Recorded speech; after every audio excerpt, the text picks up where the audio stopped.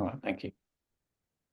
Today, I'm delighted to introduce Robin Bonn, who is the CEO of definery, a specialist consultant and coaching business, a specialist consulting and coaching business that helps agencies create their own market of one, enabling them to accelerate growth, command a premium, and attract the best talent in the market.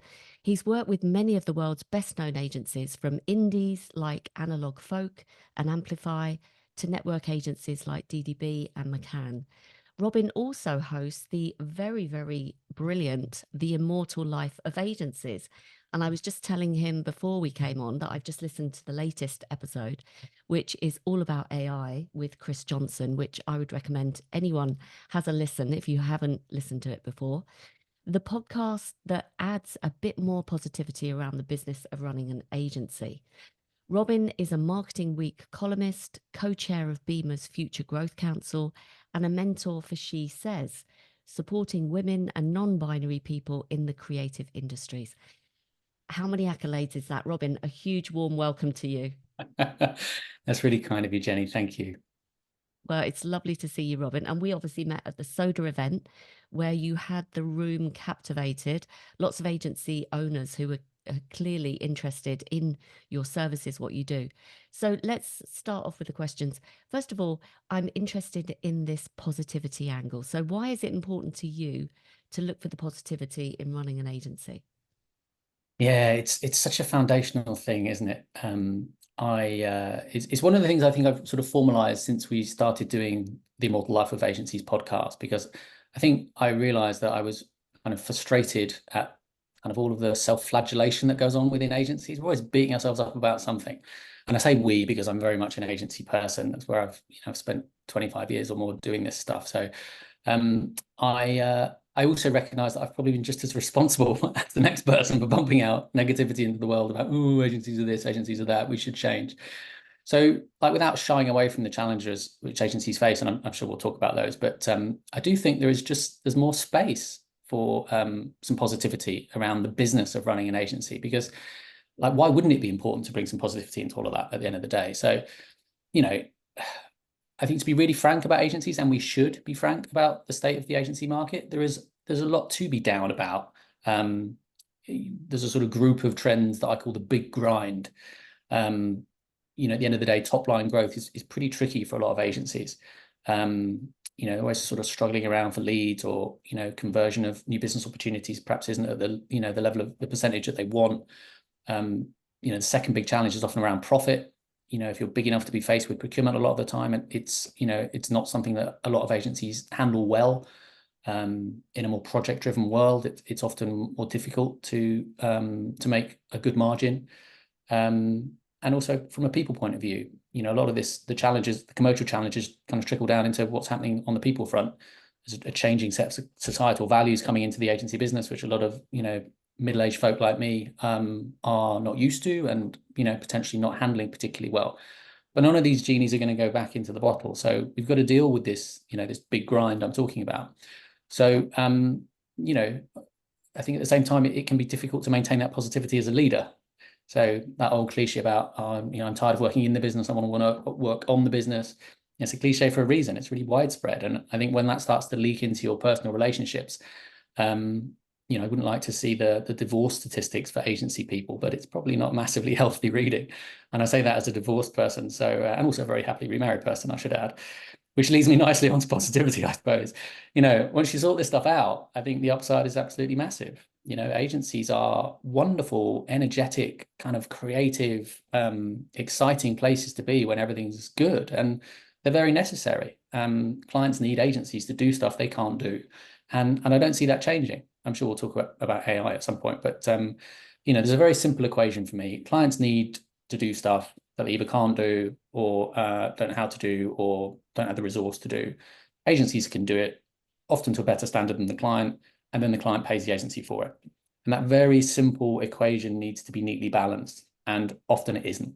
And I think if we can get back to that being balanced, that's when, like, the job of running an agency becomes more joyful. You have more autonomy, you have more fulfillment, you have more money, and whatever else it is that you get out of running an agency.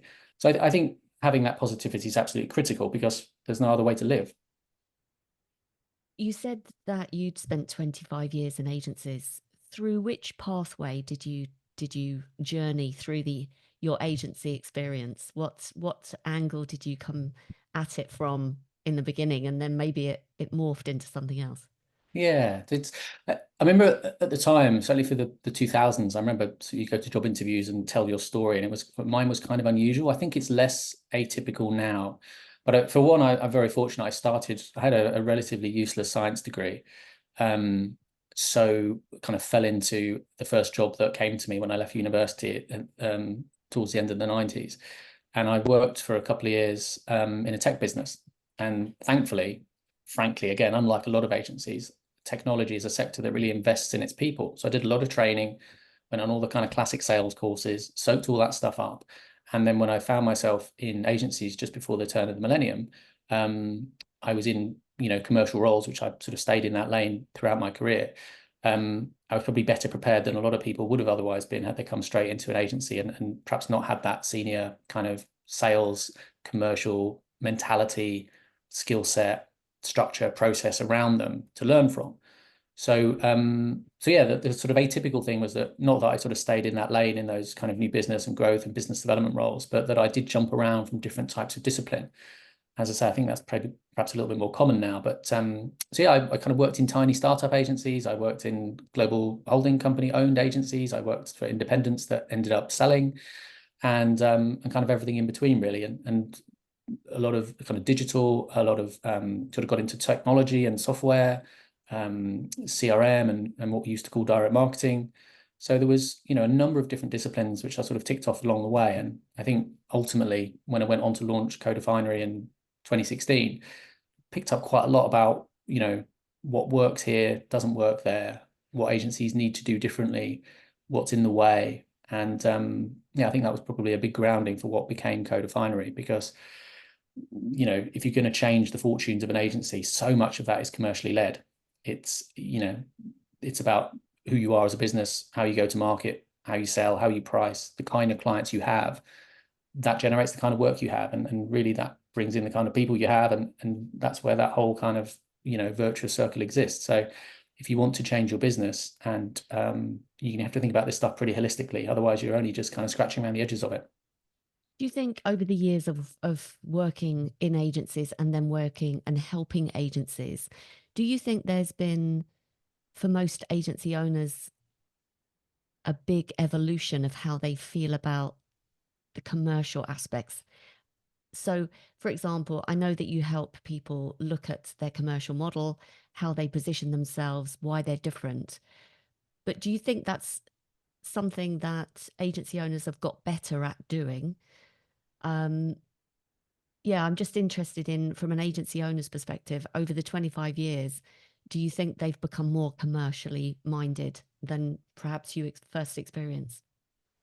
It's a really interesting question, because I think the short answer to that is yes, because we're sort of standing on the edge of a precipice where the business model of the industry at large, and obviously this is a big generalization, has always been, certainly since the 80s, since we sort of adopted time and materials as the predominant commercial model, it's just never been particularly fit for purpose. We've never really been particularly good at recouping the hours that we spend. And also pretty clearly, if you need to charge for hours, then you need the hours to sell, which means you can't earn more money unless you have more people. And that puts a cap on your earnings, or at least puts a kind of practical cap on, if you want to grow your business, you need to bring more people in there. But of course, those models are, the idea that that's the sort of sum total of the models that are open to us is a massive mistake that agencies often make, or at least they think that the only other model open to them is some sort of payment by results model, which of course is a dramatic kind of oversimplification of what are a huge range of different models out there for bringing kind of money into the business. But to your point, are things changing?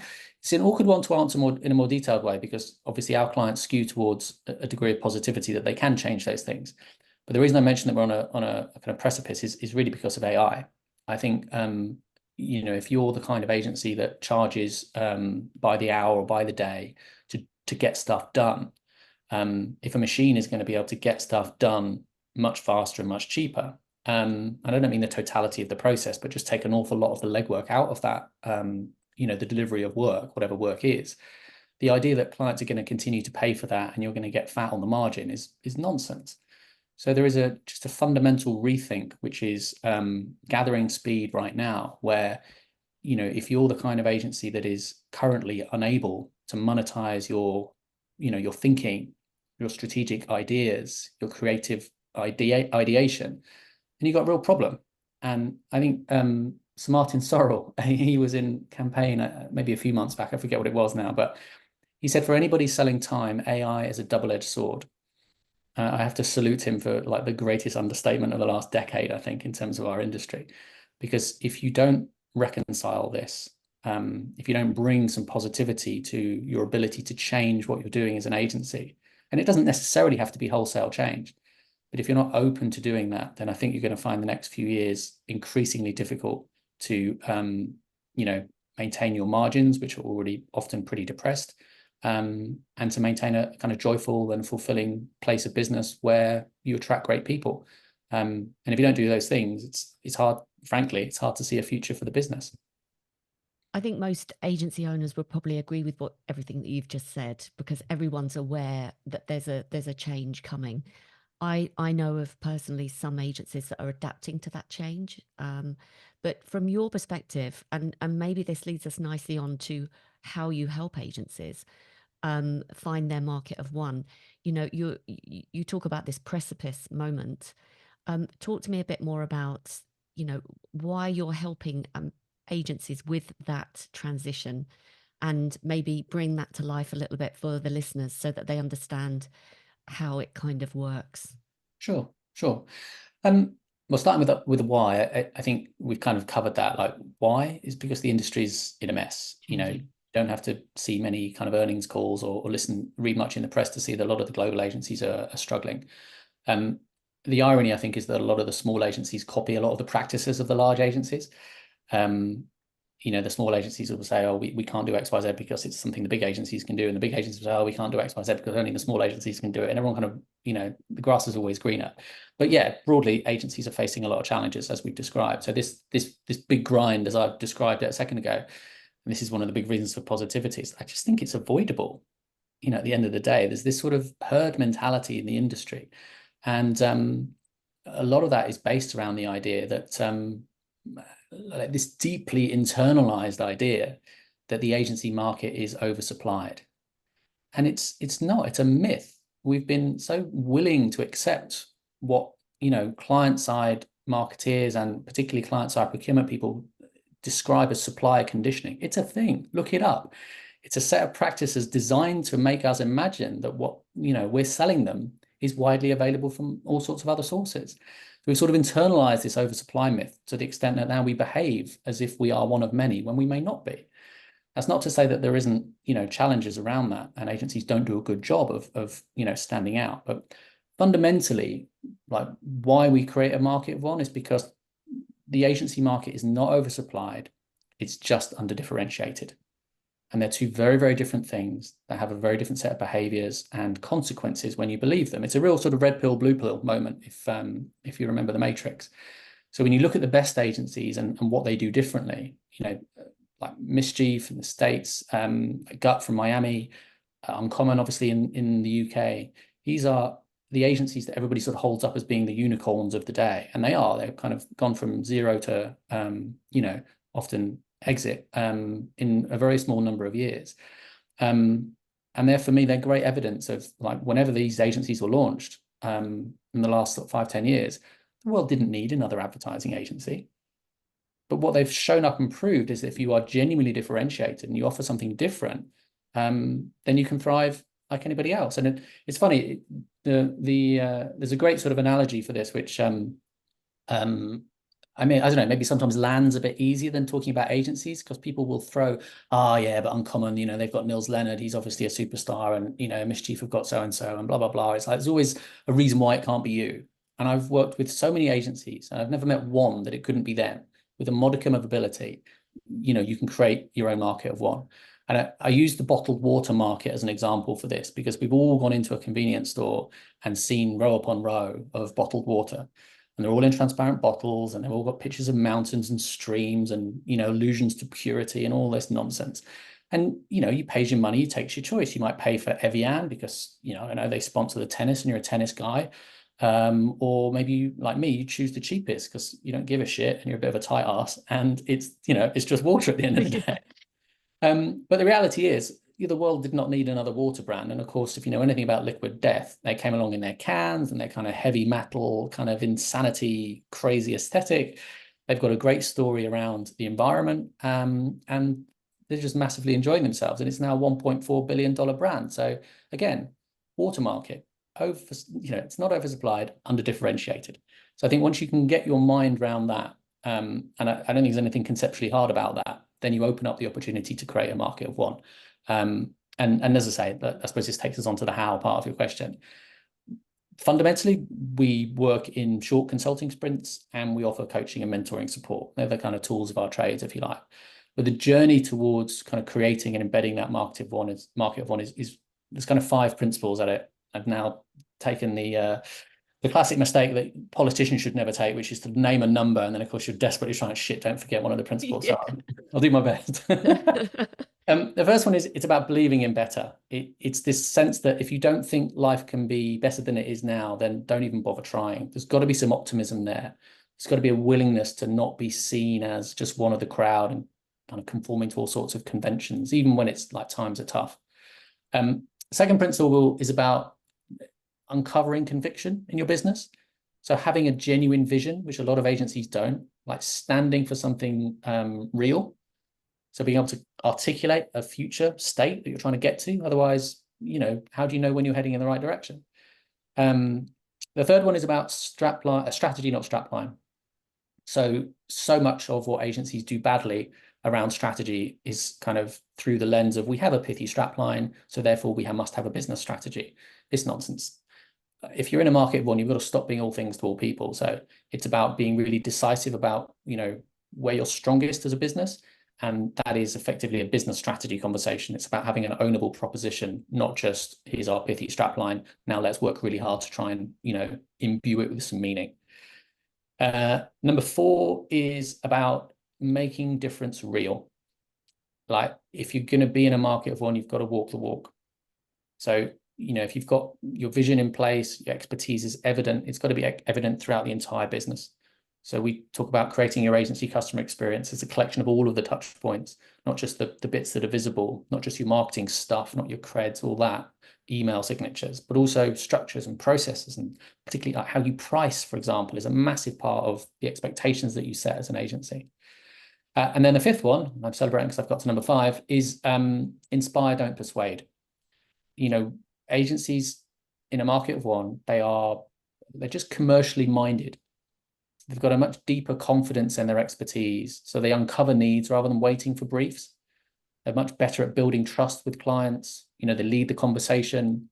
They're not trying to crowbar themselves into a brief where they don't belong. They're much better at saying, look, this is what we're good at. We're not for everyone. And being able to kind of demonstrate that they're the right partner for that client, as opposed to, the answer's us. What's the question again? Which again is that sort of scrappiness, it's sort of a lack of focus masquerading as entrepreneurialism, which I think is a trap a lot of agencies fall into. They sort of eulogize the scrappy early days and, it's all about keeping the lights on. Of course it is, but equally, if you're unfocused, you're kind of going nowhere fast. So they're the kind of 5 principles involved. There's kind of 3 phases we work in. You define the market of one, you create a master plan for how you're going to roll it out. And then the 3rd phase is what we call commercial activation. So that's how you embed it across the business, as we've talked about. And just to round out what is a very long answer, we run a mixture of the workshops we do are very co-creative. And then we offer a bunch of kind of coaching and mentoring support. So it's a mixture of kind of business change and personal change going hand in hand. Very bespoke, and it's designed to sort of inspire and guide, but also to build on what's already working. So it's not a cookie cutter thing. It's about designing the change that you need to see in your business, and then it's about holding you to account. So I could obviously wang on about this for hours, but I'll stop there. That's broadly why and how we work. Thank you so much for such a thorough explanation of what you do, Robin. I think I was taking copious notes, but it seems like a very, very comprehensive approach, which, as we said at the beginning, why is it important right now? It's even more important than ever to kind of focus on this area. So perhaps could you bring your process to life a little bit by sharing maybe one or two examples of agencies you've worked with and the kind of subsequent impact of them doing this kind of work? Yeah, sure. Um, Obviously, there's a degree of confidentiality at play here. So I'm not going to talk about kind of commercial transformation from a financial perspective. But um, let me give you a couple of examples of a couple of indies, because I think you asked me like favorite examples, I think. So these are probably the ones that kind of stick in my mind. One of them was I suppose you'd call them a digital product design studio. And they were, like a lot of agencies in that space, kind of plodding along the new business track, and finding it quite frustrating. Going to clients saying, hey, listen, we're an innovation specialist. We can help you make new stuff. What's on, do you need us? Or words to that effect. And effectively, what we were able to do together was we've just kind of listened in the first instance and found out what actually is exciting in your business. We like kind of finding the place we want to innovate. It might be in, I don't know, future payment handling, or it might be in electric vehicles, something like that. And that's what gets us excited. That's what we want to kind of start working into the night doing. And again, with a lot of contribution from them and a lot of knowledge from them as well, we were able to effectively to pivot the business from being a conventional agency into being more of an outsourced R&D specialist. So rather than waiting for a brief from a client or knocking on a lot of doors and hoping that someone wanted, their capability, what we changed was that they would figure out the thing that they were most excited about, create some ideas, some initial thinking, maybe a sort of loose, prototype, and then go to all the potential buyers of that idea, that sort of theoretical MVP, if you like, and say, hey, listen, look, this is what we've got. We think it'd be really relevant for your business for these reasons. And we're talking to you, we're talking to your nearest competitors. Do you want to talk to us? And of course, it turns the new business process on its head, and it allows them to leverage what makes their business joyful and, where they see the greatest commercial gains coming from. So that's quite a sort of pronounced change in an agency business, which, again, given the amount of joy it created for them, is one of the ones I'm most proud of. Another one I like because of its simplicity. I had a CEO come to us and he said, do you know what? I go to Cannes, I go to networking events. I hear all the other agency people giving their elevator pitch and I think they're great and mine sounds shit and I feel crap about it. And that was the starting point for them. That was the point where they believed that there was a better way of doing it. And of course, the conversation then burgeoned and turned it quite rightly into a kind of, well, what's your strategy? Where are you going? What's your vision? Et cetera, et cetera. But ultimately, we got to a place where they were able to articulate what they were, who they were for, who they were not for, how they do, what they believe, where they're going. And of course, that's where it starts to gain momentum and you start to bring better people in, you do better work. And about 18 months later, they were a campaign agency of the year winner. So these agencies have they've done the work. They've brought their challenge, whether it's a big challenge or a small challenge, and we've able to help them get to a different kind of future. Wow. So there's kind of a number of solutions that you provide, whether it's just a repositioning challenge or it's a complete business model change. It starts with, and I love what you said about the previous agency. You started with their passion. What do you get up every day and want to do? Because that's where your energy is going to go, isn't it? And that's what you're going to do consistently well and show up. And I do believe, what do they call it? There's a Japanese phrase for it, which Ikigai. that's it, ikigai. I mean, is that part of your process always, or is that just an element that you kind of assess when you're working with someone? Well, I mean, funny you mentioned Ikigai. We do reference that at a certain point in one of the sprints that we often do, although in a slightly different context. I just think it's an inherently human business, right? It's funny, some of the questions we get quite often get asked. There's almost two responses we get a lot, which is an agency will do some workshops and they'll say, oh God, we're terrible, aren't we? Like, everyone must be so much better than us. We're so disorganized. We're so this, we're so that. So they sort of think they're the worst thing ever, which they never are. And then the second thing we get a lot is, oh my God, doesn't this get boring for you? Aren't all agencies the same? And that's not true either. So you've got a group of people in a building, or just as often distributed around the country or the planet or whatever, and trying to get them to pull in the same direction and do really smart, creative, interesting things. It's endlessly nuanced. So if you can't, like, if it wasn't nuanced, then things like politics would be really simple, and it's not. So getting a bunch of people aligned and getting them excited about things is a pretty fundamental you know it's foundational. Like, if you don't do it, how are you going to get people? I think particularly in our industry, where we've got so many unwritten rules which people kind of don't really question and sort of slavishly follow. Like, the client holds all the cards, or procurement need their pound of flesh, and there's oodles of these cliches kicking around, and we don't really question them. But once you're kind of joyful about what you do, and you know that the work you're contributing to makes a difference, and you're building a business that you want to be in, then everything becomes easier, if that makes sense. Absolutely. How do you think, what's the best way of getting alignment within your team? So let's suppose you're working with an agency owner who's very passionate about making sure that they have the right business model, they have the right proposition, they're creating that market of one. But he also, or she also, needs to bring his whole team along.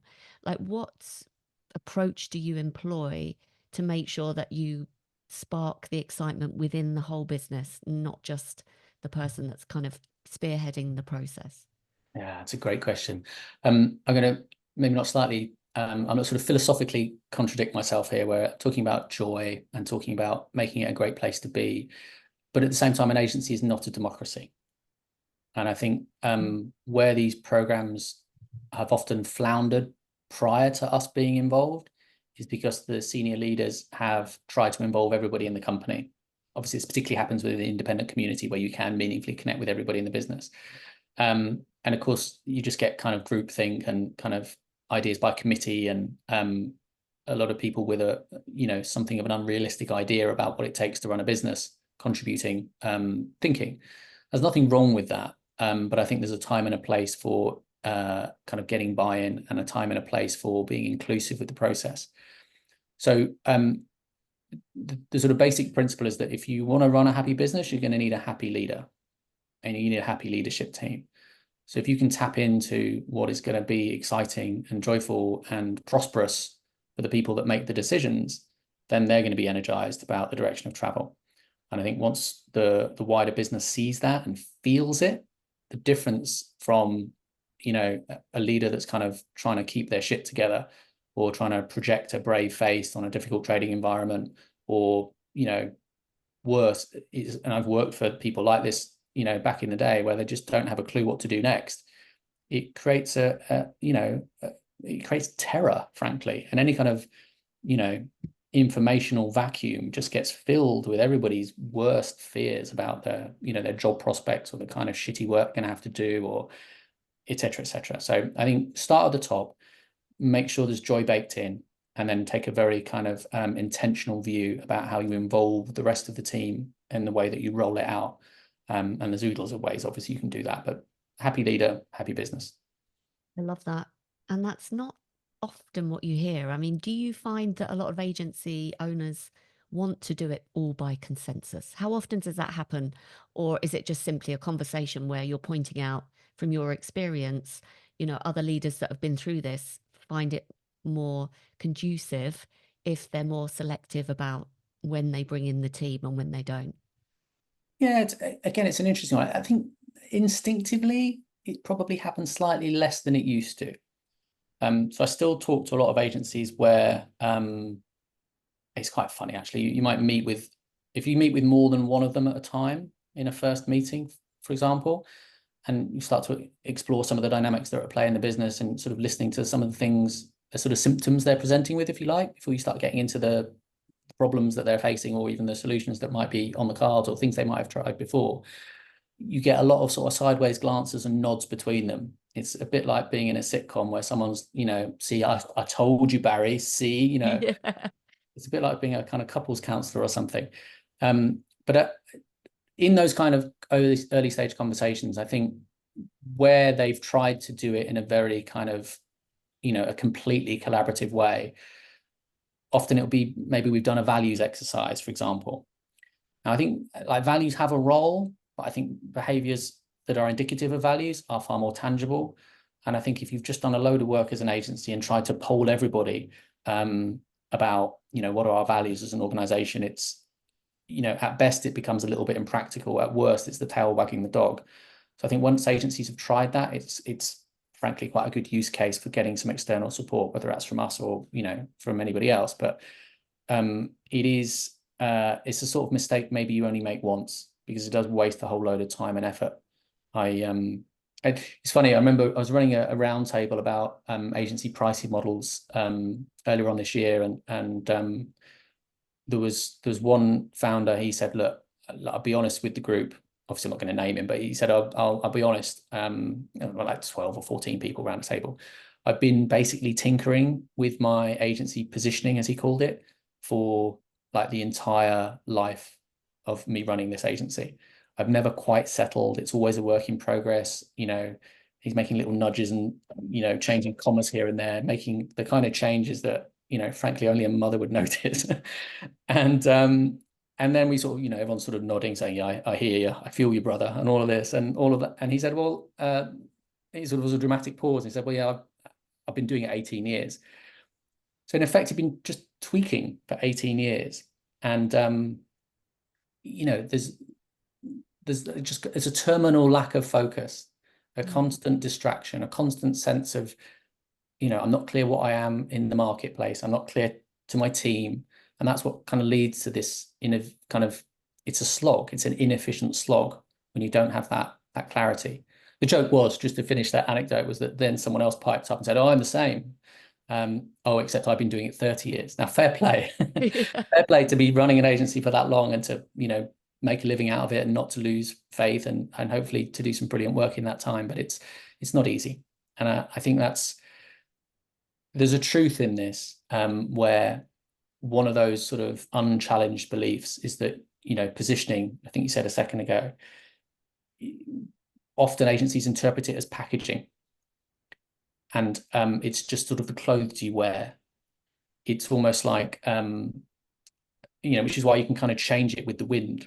And then the global agencies are terrible at this. They'll come up with some pithy line and they'll lose a couple of pictures and go, right, that's all wrong. Let's come up with another one. They're throwaway items, really.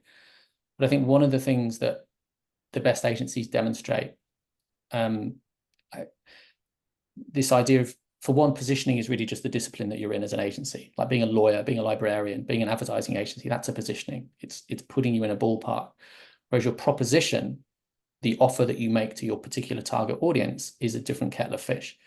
And I think for me, that is it's the most sort of succinct distillation of your business strategy. So if you don't have a clear proposition that doesn't identify an audience and an outcome or a problem that you solve, then you don't have a business strategy.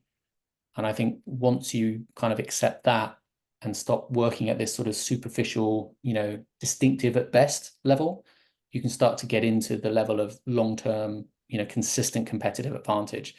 And figuring that out is just not a job for everyone in the business. It's a job for the leaders. That's why they get paid the big bucks. It's so good, Robin.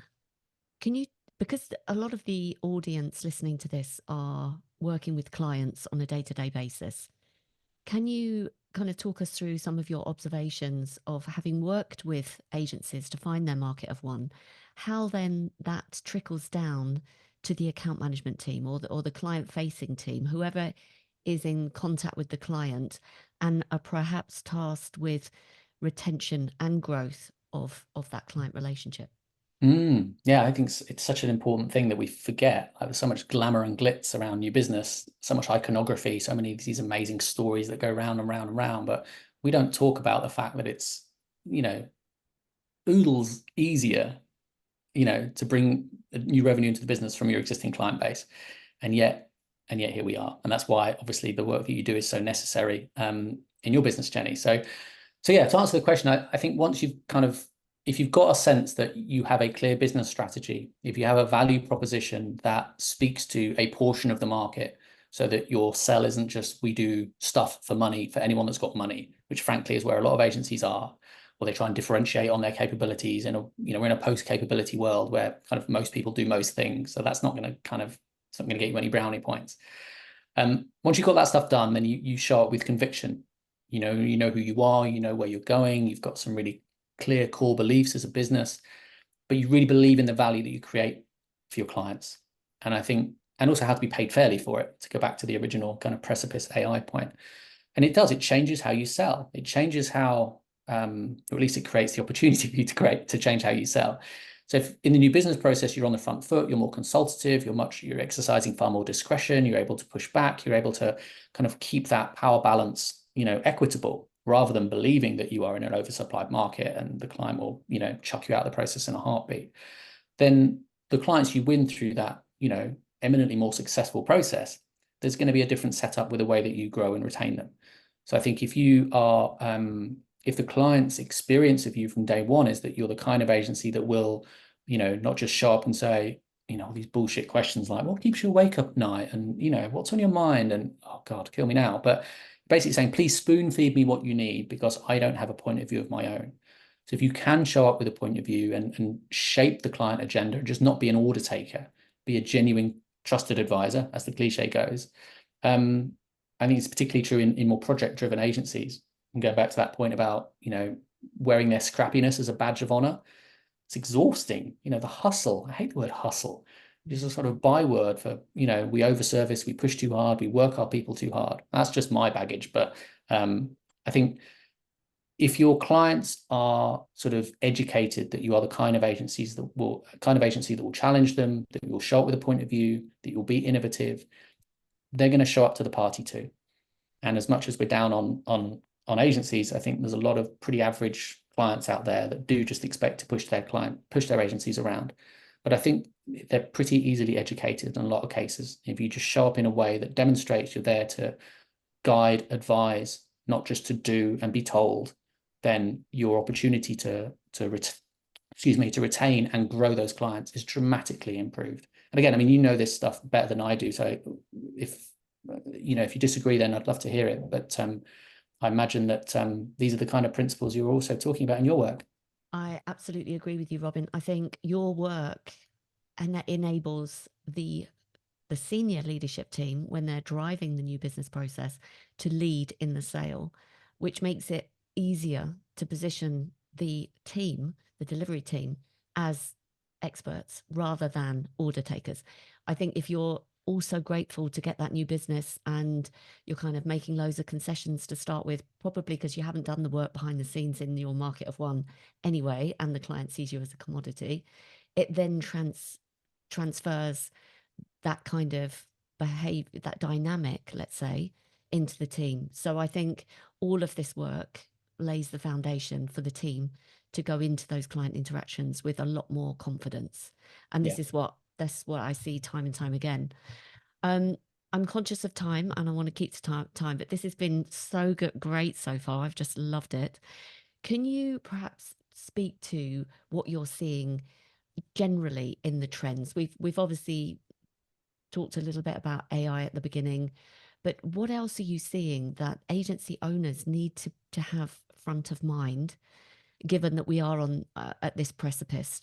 Are there any resources that you think they should be looking at, or people that they should be following apart from yourself, or questions they should be asking themselves if they are to lead a successful agency in the next 3 to 5 years?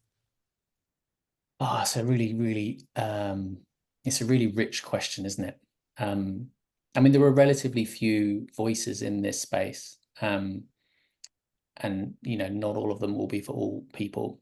Our business isn't for everyone, and I'm very happy with that case. I think there probably are some consistent mindsets or qualities that I think agency leaders are going to increasingly need. I guess we've kind of alluded to some of them. One of them, like just being open-minded, being able to question the accepted wisdom about how we do things in our industry. I just think it's fascinating if you know any CEOs of agencies that have not been born and bred in the agency space, they have a completely different worldview. They're often far more innovative, far more commercial. You just go and ask them what were the kind of unquestioned commandments that were, sort of these sort of sacred commitments that were on some invisible list marked how things are done. What did you notice when you first arrived? And that, I think, that's a great example of the open-mindedness. Is like, for example, when you talk about being specialized to agencies, there's a very often a sort of knee-jerk response. It's sort of an arse clench where it's like, oh, specialized, that means small. Specialized means single sector. Specialized means single discipline. It's like, no, it doesn't. A specialized can mean anything you want it to be. Arguably the big holding companies are very specialized in that they're able to provide a one-stop shop for, the largest advertisers in the world that need a one-stop shop. So it's the idea of specialization is limiting, I think, is a good example of where you just need to be a bit more open-minded in the modern world. I think there's the same thing applies. I think that open-mindedness really applies in this idea that you mentioned earlier, that clients hold all the cards. As soon as you believe that you don't have authority and autonomy, you're really buying into the oversupply myth. And you talked about commoditization earlier on. I think absolutely so much of the agency market is commoditized, but rather than it being something that happens to you as an agency, it's actually something you're doing to yourself. So much of the behavior we've talked about and so many of the consequences effectively are it's self-commoditization. So I think being open-minded to the causes of that and some of the, the ways that you get inspired to move beyond that, I think is essential. I think energy is a big thing. I think you need to be energetic, happy leader, happy agency. And like if you're not, like it's going to bring everybody down. And it's hard running an agency a lot of the time. You talk about being a market of one, you can have all this, case studies, rhetoric. It's not always going to be plain sailing. So I think you've got to look after yourself, where you get your motivation from. I don't just mean physically and sort of mentally and spiritually, but like, where does your motivation come from? Are you excited to be in the business that you're in?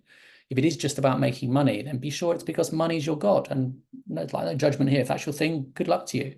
But what is your thing? And is that business serving that need for you? Because if the underlying feeling that you're getting from running that business is not the desired feeling that you want, then you're barking up the wrong tree. And if you're not getting that from your current model, then you've got to act now. You can't wait or hope it will get better, because it won't.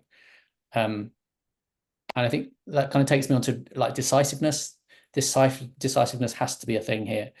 Like at an organizational level, we said you can't be all things to all people. You've got to stand for something. You've got to be able to solve a problem for someone. It's a great definition of a proposition is that we do something for someone. We do X for Y, however you want to phrase it, but just know who the someone is, knowing that it can't be the whole universe.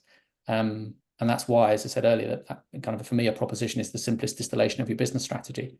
You could explain that to a bank manager or a 15-year-old kid and they would get it. It's not about marketing buzzwords or ethoses or missions and all this jazz, these words we chuck around like confetti.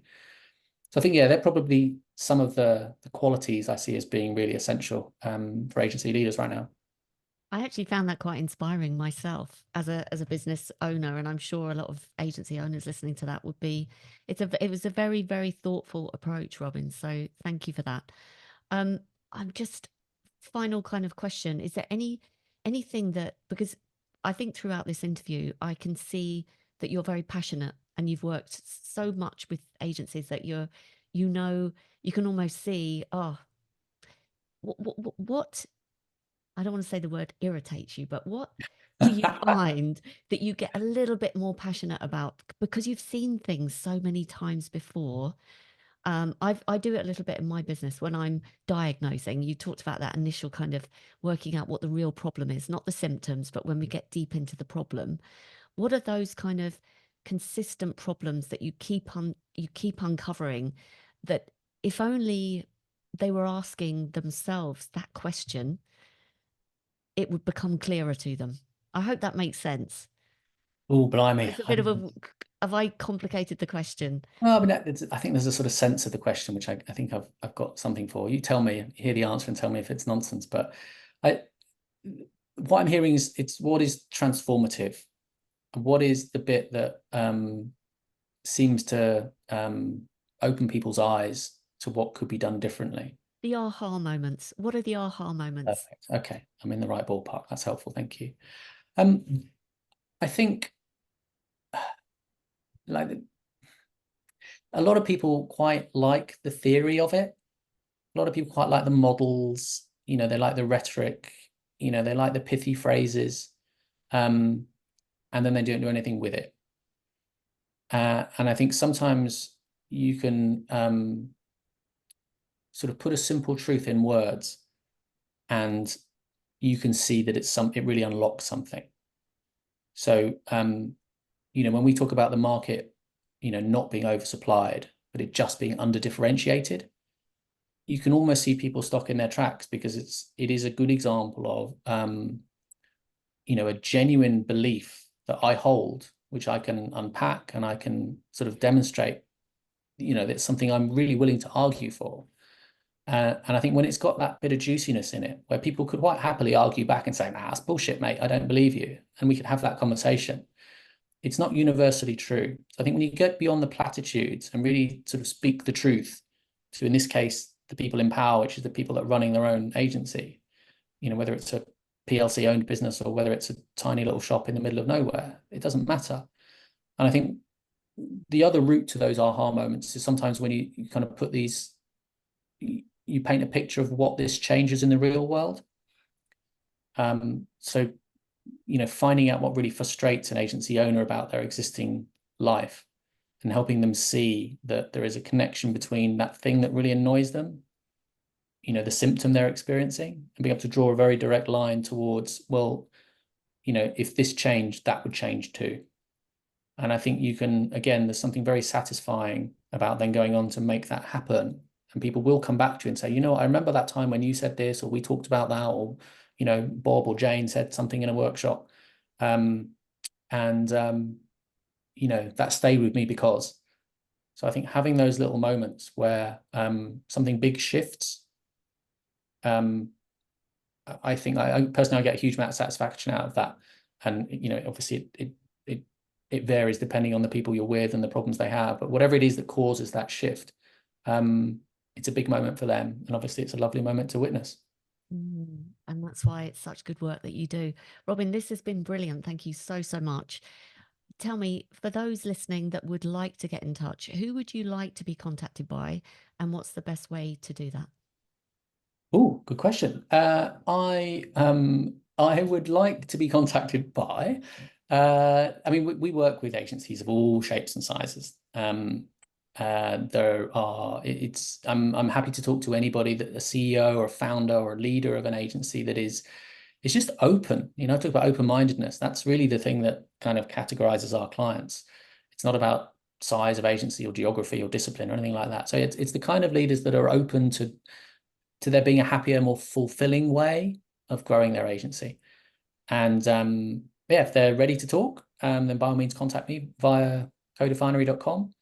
Or if they're not ready to talk, by all means just connect on LinkedIn, or subscribe to the podcast, Immortal Life of Agencies. It's a good way of staying in touch with us as well. That would be on my wish list. Robin, thank you so much. That's brilliant. I'll put all the links in the show notes. Wonderful, Jenny. This has been an absolute treat. Thank you so much.